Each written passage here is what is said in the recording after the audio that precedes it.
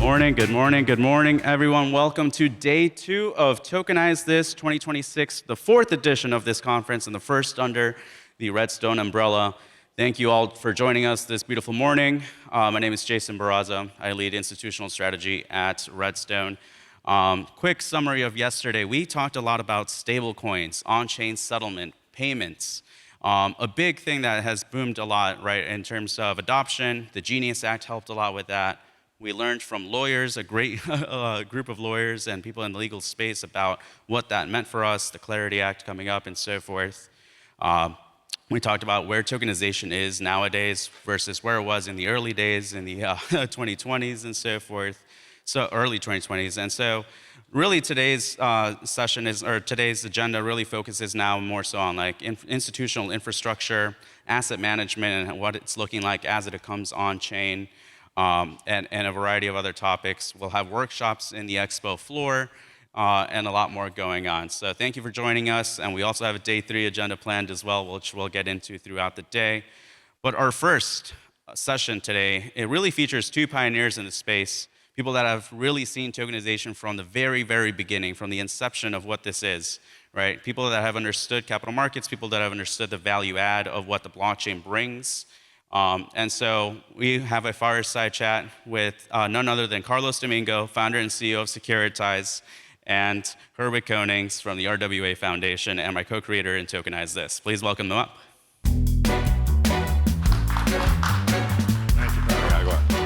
Thank you, Jim. Oh, just kidding. Look at this room. Welcome back, everybody. Welcome whoever is here for the first time today. I am very excited to not just be emceeing today, but finally be on stage with none other than one of my favorite friends in the tokenization space. How long? It's been nearly a decade. I think I met you first in 2016. Yeah, so it's been basically a decade. That is crazy. True. And back then, it was not a very popular topic, was it? It was actually very popular in 2017, 2018, but you remember they had the STO conferences and kind of similar to what happened today. The thing is that it didn't actually take off. It didn't really happen. So most of the companies that were back then, they either die or they're languishing. So remember Polymath, Harvard, and Vertalo, and Tokensoft. Like none of those companies are around or are doing anything relevant. But then it came back in 2024, and now I think it's really happening. And if you can see the on-chain numbers, this time is really. Adoption is there. From security tokens, this is what we called it back then, to now real-world assets, tokenization, on-chain finance, eventually just finance, right? What would you say for Securitize? When you originally came up with Securitize back then to where you are today, is it still the same vision? I mean, I think I was talking to you back then. We both had vindication that this is the future of finance. It just took 10 years, but.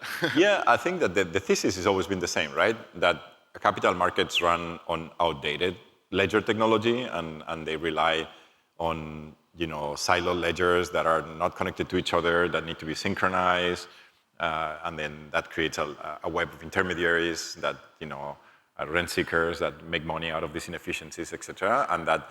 If you were to move this to a public distributed ledger technology that is cryptographically secure, like a public blockchain, and then move everything there, both the cash leg and the securities, then you can provide a ton of efficiencies because you're basically digitizing the space natively, right? So that was the vision. The thing people don't remember is I started the company in November 2017. USDC launched in September 2018. So when we started, stablecoins were also not a reality. It was only Tether, and Tether was like around $1 billion AUM. Yep. Then USDC launched in September 2018. I remember spending time with Jeremy Allaire in February 2019 in Boston, where he was based before. And so stablecoins took off first because I guess it's easier from a product market fit perspective to tokenize dollars and tokenize securities that have a lot more regulatory implications and complexity. And now securities are coming right after on the back of stable coins. And when you have both of them is when magic happens, right? Yeah. Did you imagine that Securitize would be having to go, not just sort of what I admire about the organization is it's really a one-stop shop, right? You don't just work with a bunch of different vendors to help put the puzzle together. You now have everything from fund custody and navigate. So tell us a little bit more about just sort of the ecosystem you're building. If you look at my first kind of like fundraising deck in 2018, we just wanted to be a technology platform. That's it. We didn't think that we have to run regulated entities. We didn't think we have to run a full stack. There was a lot of companies there that they were kind of doing different parts of the space, right? You remember there was, Open Finance Network that was doing the ATS, and that no longer exists. And so the vision at the beginning was like, well, we'll just build the technology. I'm a technologist at heart, and that's what I wanted to do. But then over the years, it just became very, very clear that first, if you're not a regulated entity, the regulated financial services companies don't want to work with you because they don't want to just license technology, they want a service provider. And the second thing that became very clear is that this technology was so early stage and so difficult to deal with that unless you could provide the whole product. There is a famous book called Crossing the Chasm. It's a 25-year-old book by Geoffrey Moore that talks about how there's a curve of adoption cycle for technologies, and at the beginning, the enthusiasts and the early adopters, they adopt the technology and people get the false impression of progress. They think, oh, this is happening, and it's actually not. It's like the people like me that try any single new technology that comes out there that gets consumed, but you fail to kind of cross this chasm into the mainstream markets. And the advice in the book is basically, you have to build the whole product. You have to make it that simple for people to adopt the technology so they don't have to deal with anything, and then that moves them to the mainstream. And then when things are in the mainstream, then things break apart again and people look for best of breed combinations, etc. So very early on in 2019, 2020, I realized this is not going to work. We have to be regulated, so we registered a transfer agent in 2019, first one in the industry when it was not sexy like now. Right. We then got a broker-dealer, and then we decided to build the whole stack just to be able to go to an asset manager and tell them, we're going to take your assets on chain. You don't need to do anything. Just do what you're good at, which is managing money for people and taking investment decisions, and we'll take care of everything else. It's honestly an incredible ecosystem that I have to now talk about Redstone, who's putting this together, right? Tell me more about why you chose Redstone when you started sort of evaluating the space. So we've partnered with them for, I don't know, Marcin will remember, probably 3 or 4 years already. I got to know them because they're also a portfolio company of Blockchain Capital. They were trying to get into the space, innovating on the Oracle space. At that time, this is when we started looking at how our products interact with DeFi. So obviously, we then needed to have price on chain, and this is not something we decided that was for us to build. So we've been partnering with them since then, and they've been a really good partner, and I'm glad to see that now they're kind of expanding into other parts of the value chain beyond the pure Oracle business that they were doing at the beginning. Yeah, and now we've seen them expand, and now more RWA infrastructure we've come to learn. So it's exciting to see this partnership hopefully evolve. I want to now turn a little bit towards, I guess, sort of what's pretty buzzing right now, which is a little ticker called SECZ, okay? SECZ. So you're going to go public soon. Tell us more what you can, anything on the timeline. How are you feeling about this? I'm very excited about it. Like, I didn't think when I started the company that we'll get big enough to go public. I always thought like we'll build some interesting technology and somebody else will acquire us. And over the years, we've got approached by a number of companies potentially to acquiring us, but never was anything that I felt was like the right partner, or like merging with another private company makes no sense because then you're shifting the risk from your own company to somebody else's company. And then in June last year, Circle went public. And it was such a successful IPO, and congratulations to the Circle team and Jeremy, that it kind of was an eye-opening, saying like public markets are really, they want to index themselves to tokenized dollars, right? Stable coins are tokenized dollars. So tokenize everything else should be actually something that, public markets are interested in. It's more complicated, and now that I talk a ton to investors, it is a lot more complicated to explain than tokenized dollars. Tokenized dollars is easier. But I don't think in the space there's any other company that is a pure kind of like tokenization play that is large enough to go public. So then we decided to start the whole process. We decided to do it through a SPAC to kind of front load getting the valuation, raising the money. We successfully raised a $225 million pipe, which is the largest pipe of any SPAC since 2021. And then we started the whole nightmare of regulatory process of getting our S4 approved. Filed when the government was closed. Unfortunately, then we had to wait until December to get a reviewer. Then the reviewer went 2 weeks on holiday, and after many turns of the S4, finally we went effective 15 days ago, and now we're having the SPAC proxy vote on the 29th of March. I don't foresee any problem. So shortly after, the next few days after that 29th, we'll get listed in the New York Stock Exchange and start a new stage for the company.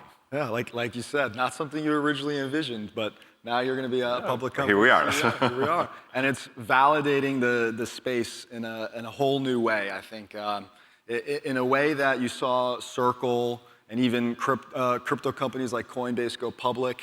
This forced Wall Street to now pay attention to digital assets, to pay attention to stable coins. And I very much believe you're helping force Wall Street to now pay attention to what tokenization means, not just from an investment opportunity, but generally as a technology for a sector. So it's extremely exciting. I think this tokenization today is probably the biggest narrative out there. Like if you think about, obviously Larry Fink has been very vocal about it, but now like every single, bank CEO and, yesterday I was telling you that I was invited to have dinner with the board of directors of a very, very large traditional financial services company, and the topics they wanted people to present at their board of directors were AI and tokenization. So within crypto, I think this is the largest narrative. It's probably the biggest use case out there. So yeah, it's very exciting to be the kind of like a bit the public image for this in Wall Street, and hopefully I'll do a good job to communicate the advantages of the industry and help everyone. So. There's still a whole lot more to tokenize out there, so the journey is still just getting started, right? I think Paul Atkins said at the conference recently that we are kind of at the end of the beginning. It kind of feels like we are at the end of the beginning. The beginning has ended. We've tokenized, $35 billion in assets. We ourselves have 4.5 billion. We've managed to bring some marquee asset managers on chain, BlackRock, BNY, etc., Apollo, and then, but this is the end of the beginning. Now we need to go from 30 billion to 100 billion, from 100 billion to $1 trillion, and the moment I think we make it to $1 trillion is the same that when crypto became $1 trillion for the first time, is the moment that you feel like this is here to stay, and now just the rest is continue growing. Well, let's talk about what that journey could look like as we inevitably keep growing. We now have a lot of buzz around, first of all, privacy and ZK use, but also we now have a lot of traditional financial institutions saying, okay, we have to evaluate whether we're going to use a public blockchain, or should we look at potentially looking something more permissioned, something that potentially they can have more controls over, as some people would put it politely, a walled garden in many cases versus a public blockchain. How do you see all of this playing out? I'm old enough to remember this debate when the internet happened, right? So there was at the time the people that said, no, the internet has to be public and open, it's an open protocol, anybody should be able to publish a website and access a website from a browser. And there was other people saying, no, we have to have privacy, we need to have control, curate the content so people don't get in trouble. And there was American Online and MSN and all these things, these walled garden things that institutions at the beginning, being the most conservative people, they embrace. And guess what?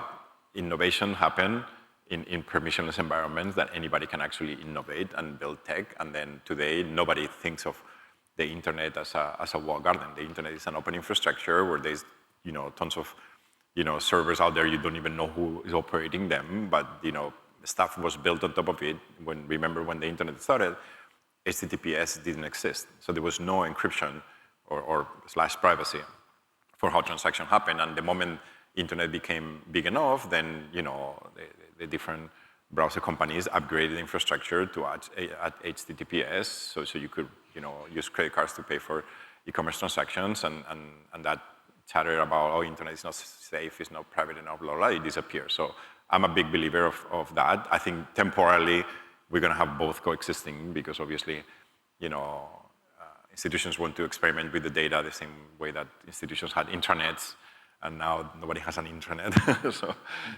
But ultimately, open innovation prevails in any single industry, and it will happen in this industry as well. Yeah, in fact, obviously most folks in the room know that BlackRock is one of the clients, one of the users of Securitize. You guys have tokenized billions of dollars worth of securities now on multiple chains. It's, that's a bit of a loaded question, right? But it's safe to say it's a fallacy that you cannot tokenize on a public blockchain as an institution. Of course, you can tokenize on a public blockchain. I don't know who's saying you cannot. Maybe some people don't want to, but certainly you can. By the way, if you wanted to add privacy on top of Ethereum or other public blockchains, there's technology out there available. So this is not rocket science. It's just people don't perceive that as something necessary today for the stage where the industry is.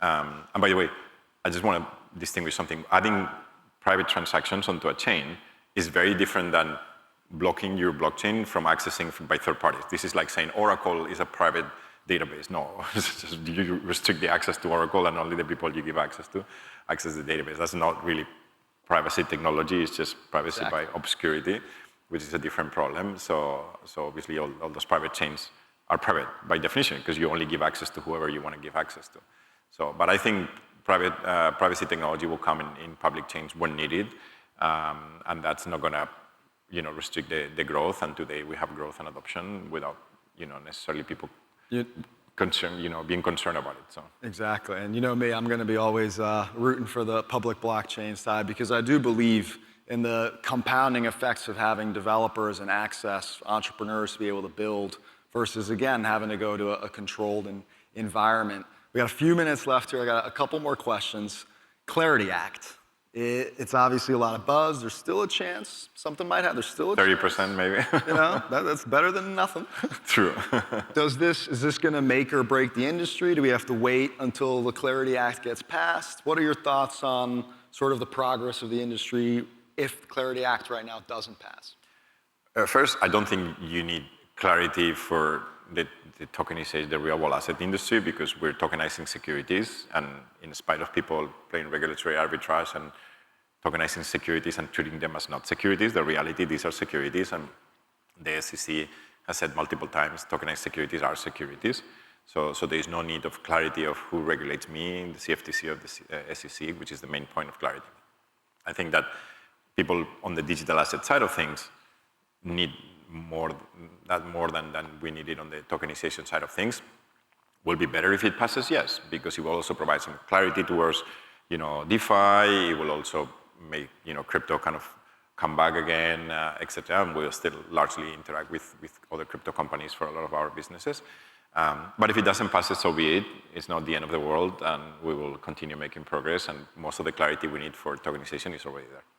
In fact, I would maybe argue that the Genius Act did a lot more for the tokenization space to help validate, again, the application of tokenizing, in this case, 100%. Money. I think having stablecoins being legal and having a framework for stablecoins is much more important than for the rest of the digital assets, because as I mentioned, what we tokenize are securities. There's nobody, at least in our side, that has debated that when you tokenize money market fund, that token represents a security. So exactly. Well, I know a lot of you in this room. I have to try, right? I have to ask you. In fact, it's kind of hard to keep up with all of the news behind Securitize, with the new clients, the new features, and now going public. Tell us something that we all don't know in this room that you can share. Come on, give us something. Give us That's some unfortunately not something I can say. What I can say is that we've made a lot of progress recently, and it's not just us making progress. I think it's the industry itself. Like I've been in this industry, as you know, for close to a decade now.